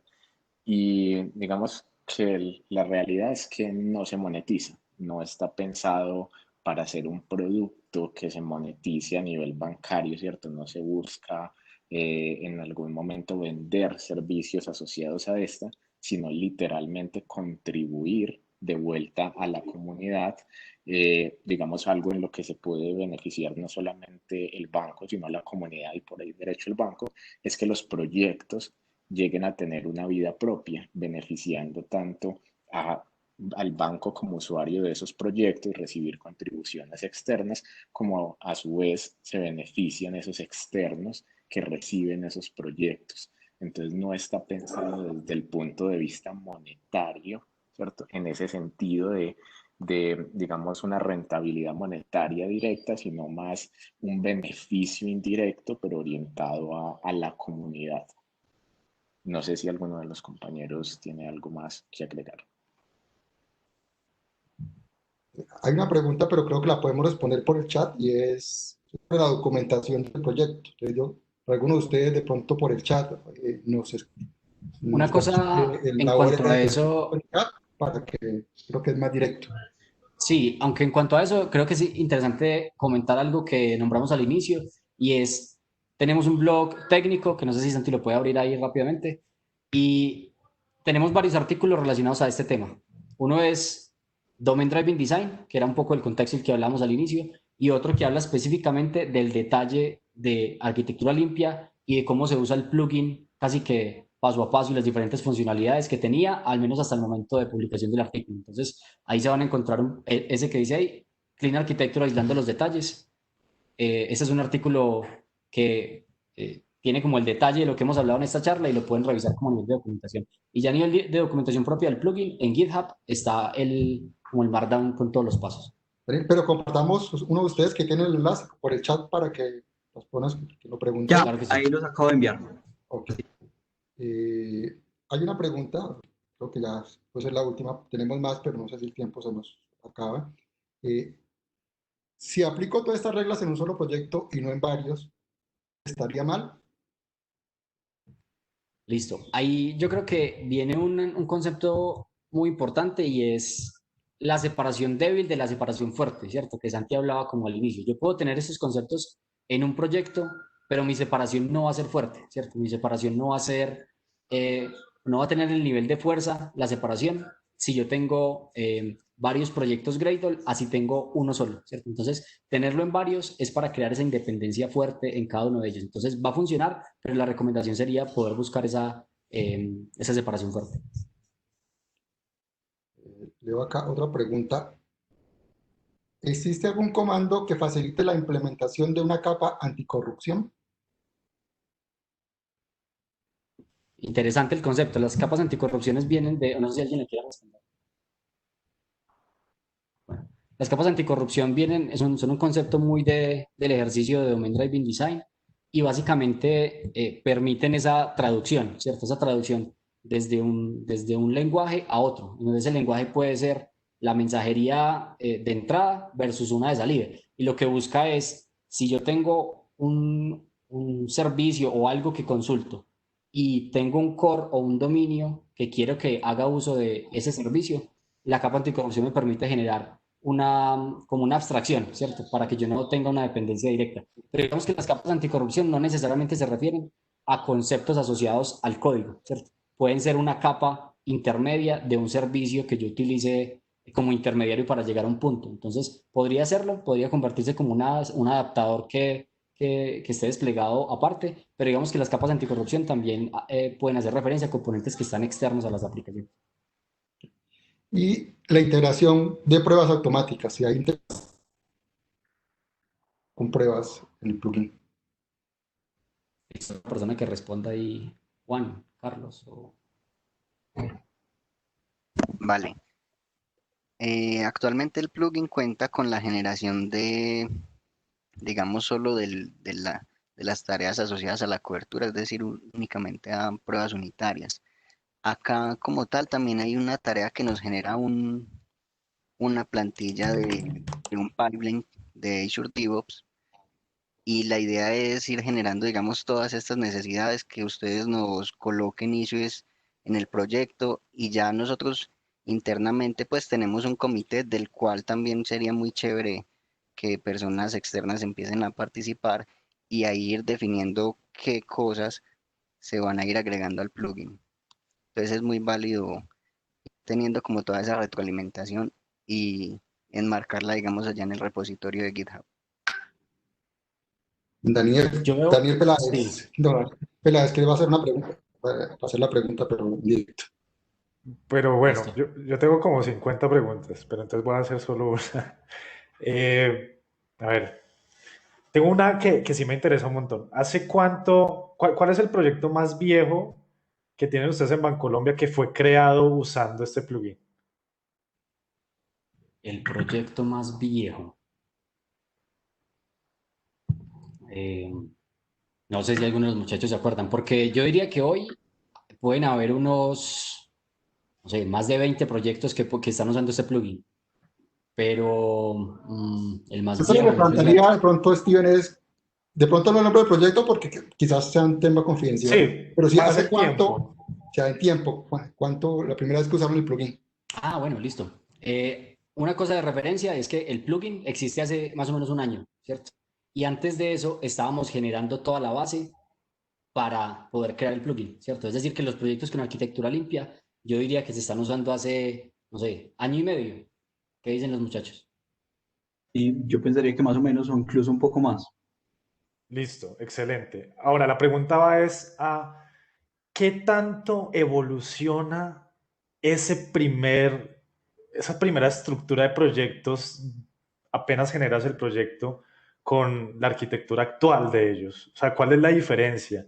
¿Qué excepciones encontraron de que, uy, esto no me aplicó con base en lo que generé, me tocó cambiarlo, o esto no tiene sentido acá, necesito evolucionarlo a otro tipo de arquitectura, etcétera?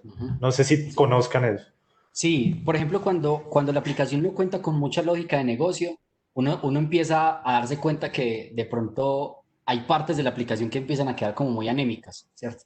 Como muy, sí, como muy anémicas creo que sería el concepto. Entonces, yo creo que dentro de los casos de uso que comentábamos, usar arquitectura limpia ha sido muy útil cuando yo tengo varios adaptadores, varios puntos de entrada, varios puntos de salida. Pero cuando nos encontramos con una aplicación que de pronto no cumple ese requerimiento, o simplemente su lógica de dominio es casi nula porque es casi que lo que estamos construyendo es un adaptador, probablemente arquitectura limpia no sea un enfoque que yo utilice en ese caso, ¿cierto? Si lo único que yo hago es un adaptador o una librería que voy a estar usando en otros componentes, probablemente haya otras arquitecturas que sean más útiles y que de pronto no generen los N componentes que tiene la arquitectura limpia para usar solamente un drive adapter, ¿cierto? Con eso nos Vale, hemos pero encontrado. vale, listo. Chévere. Tengo más, no sé cómo estamos de tiempo, Gilmer. Yo creo que estamos cortos, Daniel. Yo creo que Listo, hago una pregunta y cerramos. Déjame elijo una buena. ¿Cómo manejan ustedes el concepto de refactor en sus equipos? ¿Ustedes hacen refactor continuo, evolucionan la arquitectura conforme van pasando las semanas o con la arquitectura inicial es con la que siguen adelante hasta el final de los tiempos? Muy válida. Ahí invito como a Dani Bustamante que le responda, o para no responderla yo todas. Vale. Listo, el concepto de refactor para nosotros es muy importante en el banco porque representa la mejora continua en la calidad del código. El proceso de refactor tratamos de que se lance uno continuamente y dos de pronto en algunos espacios como code reviews que estamos tratando de hacer periódicamente, incentivando a que los mismos equipos hagan code reviews de forma periódica. De ahí salen cantidad de refactor, renombramientos de clases, de métodos, variables, organización del código a que esté orientado al código limpio, un concepto muy importante más allá de la arquitectura limpia. Digo yo que fundamental es el de código limpio, ¿cierto? La arquitectura limpia avanza con el código limpio a un nivel más estructural, pero el código limpio es el cómo se escribe y eso da pie a muchos, digamos, a muchos ejercicios de refactor y a un refactor continuo.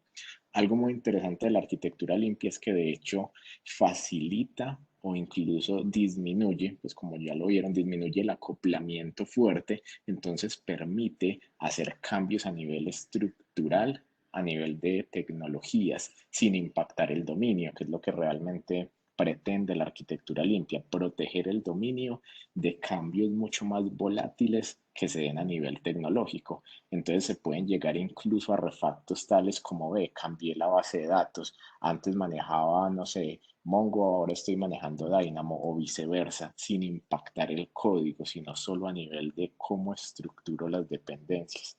No sé si eso responde a tu pregunta. Sí, está buenísimo, está buenísimo. Ya, eso es. la última pregunta acá es César. Déjame está larga para leerla. ¿Sería válido manchar el dominio solo con Java Inject para no tener que configurar los bin en el caso de tener muchos servicios y en algunos casos se tienen servicios que se implementan en el dominio porque no tienen nada de servicios externos? César, no sé si quieres, te ponemos al aire y explicas un poco mejor la pregunta. César, no sé si me pueden colaborar y le dan César Muñoz y le dan micrófono, por favor. César Muñoz. Listo, César, puedes hablarnos. Aló, sí, aló, ahí me escuchan. Sí. Perfecto, César. César, sí, te escuchamos. No, pues mi duda era porque pues en el dominio veo pues que pues a veces pueden haber, digamos, muchos servicios y no siempre uno, digamos, que crea una implementación concreta de una base de datos o de un disco de algo. Pues a veces uno crea un servicio y queda su funcionalidad ahí. Entonces, y pueden haber muchos ahí en el dominio. Mi pregunta es como para no tener que en la aplicación ir a configurar cada bin, no se puede como poner el Spring Contest o el JavaX Inject, pues para ponerle la anotación y que los inject pues automático. Pues mi pregunta es más que todo por eso. Como Pero si cuando se hablas, puede César, de manchar. servicios, cuando habla de servicios, está hablando de servicios, es decir, de servicios externos que usted está consumiendo o de servicios a nivel de dominio. No, servicios a nivel de dominio. Como Esa lógica de O sea, negocio. lógica de negocio. Ajá, eso. Y no tener Dani, que estar uno creando bin, sino que uno pues le pone, digamos, pues con la ayuda de, digamos, de la Yo, librería, pues ya se dale. inyecta ahí el servicio. Yo te entiendo tu pregunta, está muy buena. Resulta que, claro, tú podrías añadir el contexto de Spring a nivel de los diferentes casos de uso y le pones la anotación y finalmente él me va a crear automáticamente el bin. Pero digamos que ahí pasan dos cosas. Una es que estamos contaminando finalmente en sí mi lógica de negocio con este framework de inyección de dependencias, que la idea es que podamos reemplazar en algún momento dado. Y lo segundo es que finalmente, si yo no necesito usar uno de esos casos de uso, pues finalmente igual él lo está inyectando. Entonces, precisamente por eso buscamos que en esta capa externa yo pueda tener control de todas las configuraciones de esos bins que requiere mi solución como tal. No sé si de pronto alguien quiere aportar algo más. Ahí Santi, de hay otra pronto, pregunta. Qué pena, Dani. Santi, dale, Andrés. hay otra pregunta que está relacionada un poco con lo que estás comentando y es que alguien pregunta es cómo se ve reflejado en el código la inyección de dependencias y la inversión, más que la inyección, la inversión de dependencias. No sé si puedes comentar esa Sí. parte para, digamos, demostrar también cómo queda el código agnóstico a la tecnología y al framework. Listo, perfecto. Entonces, si quieren acá, les muestro, voy a cerrar esto acá y me voy de nuevo al dominio. El dominio, vamos al modelo, perdón, al caso de uso. Y acá está, el caso de uso, ¿cierto? Miren que yo acá estoy declarando una interfaz. Eso es una interfaz y yo estoy usando la interfaz. Que estoy usando inyección de dependencias a nivel del constructor. Este Service Gateway es proveído por el constructor, alguien me lo da, ¿cierto? Pero a nivel de inversión de dependencias, pues alguien tiene que implementar esta interfaz. Esa interfaz es implementada a nivel del Driven Adapter que teníamos por acá.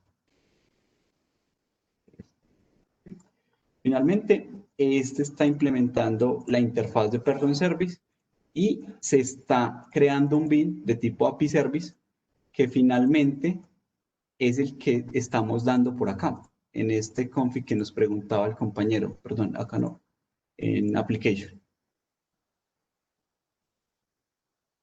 Acá, en config, yo estoy recibiendo este person service, el cual viene de esta notación service, como tal. Entonces, digamos que ahí nosotros, en el caso de uso, estamos usando el puerto o la interfaz, ¿cierto?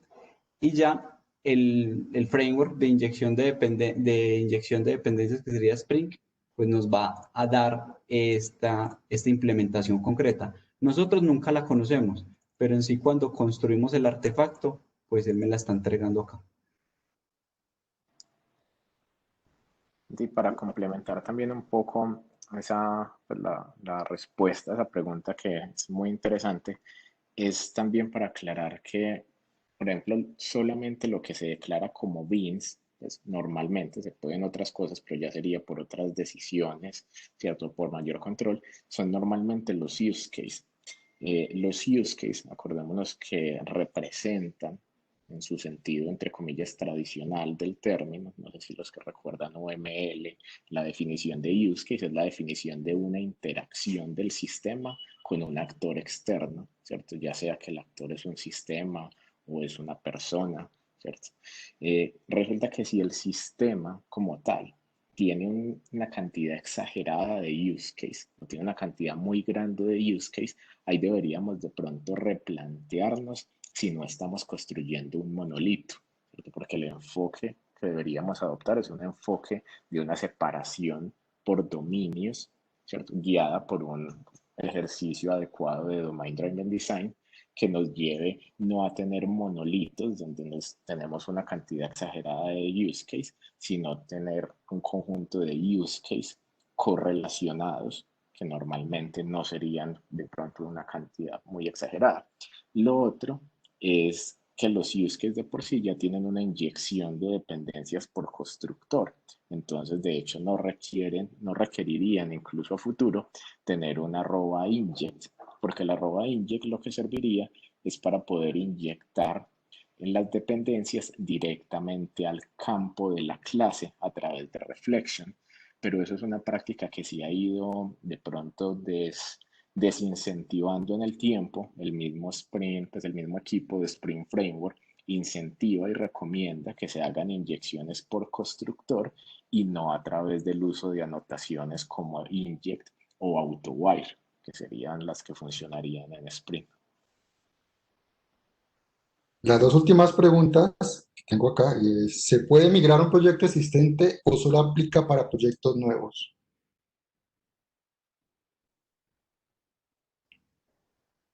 ¿Quién se anima, muchachos? Miguel. ¿Quién se anima? ¿La respondo yo o la responde alguien más? ¿Quién más no ha hablado? Galvis. O Andrés.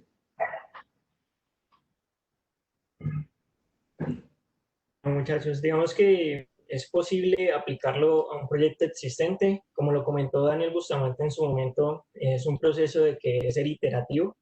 El plugin facilita adquirir este tipo de arquitecturas en las aplicaciones independientemente si ya han sido implementadas o no. Y la última pregunta de Ricardo Paredes. ¿Se debe conocer principios SOLID para entender bien una Clean Architecture? Es más como una afirmación, ¿no? ¿O es una Ah, pregunta? no sé, pues yo, pues no tiene signo de pregunta, pero como en español a veces Sí, lo vea, ponen. que es más como una afirmación, ¿cierto? Y Y claro, sí, es de acuerdo, ¿cierto? La idea es que esté totalmente alineado con los principios SOLID de acuerdo. Un concepto importante ahí que viene y es el de inversión de dependencias que nos habla Solid y se ve reflejado casi que en todos los proyectos de Clean Architecture. Ok. Gilmer, hacer como una invitación final y era, lo comentamos al inicio, pero ese es un proyecto open source, esperamos que muchas personas se involucren, que intenten crear issues, contribuir, reportando issues, es una forma de contribuir, identificando problemas que puedan llegar a identificar del uso, creando nuevas características, proponiendo nuevos temas, o en caso de que de pronto no lo estén usando en el momento, no estén interesados en contribuir por alguna razón, creo que si nos dan una estrella en GitHub, nos ayudan a que este proyecto cada vez sea un poco más reconocido y que siga creciendo en el tiempo y creciendo su cantidad de contribuidores, que es como el objetivo final de todo esto. Y también invitarlos a que así lean el es. blog técnico del banco, que hacemos, como les decía al inicio, 3 publicaciones mensuales, donde contamos temas de cómo estamos haciendo en el banco las cosas. Temas específicos de autenticación mutua basada en certificados digitales, domain driven design, arquitectura limpia, temas de pruebas con Internet de las cosas, bueno, N cosas que estamos haciendo al interior del banco, las publicamos acá para que las más personas la conozcan y si les sirve, pues la puedan aplicar. Por parte, los últimos anuncios de parte nuestra, de Medellín Yo, en 2 o 3 semanas tenemos un nuevo encuentro, una serie que estamos trabajando para mejorar los conocimientos y habilidades de programación Java, básicamente la JDK. Estén pendientes de redes sociales donde informaremos. Por otro lado, estamos también apoyando un evento llamado Jakarta EE1. Jakarta es la evolución de Java Enterprise. El evento va a ser en octubre y también estén pendientes de redes sociales para información. De parte mía, dar las gracias al equipo de Bancolombia por esta charla, a John Edison de Manizales Textol por habernos permitido pues, trabajar en conjunto. Edison, quedas tú ahí para que despidas y diga los comentarios que quieras hacer desde tu comunidad. No, muchas gracias a todos. También agradecerle a las personas de Bancolombia, a Daniel, a Santiago, a Andrés, a todos que en realidad generan este tipo de espacios y el conocimiento que se llevan las personas es bastante. También en Manizales Tech Talk seguimos creando comunidad en estos momentos pues de forma virtual.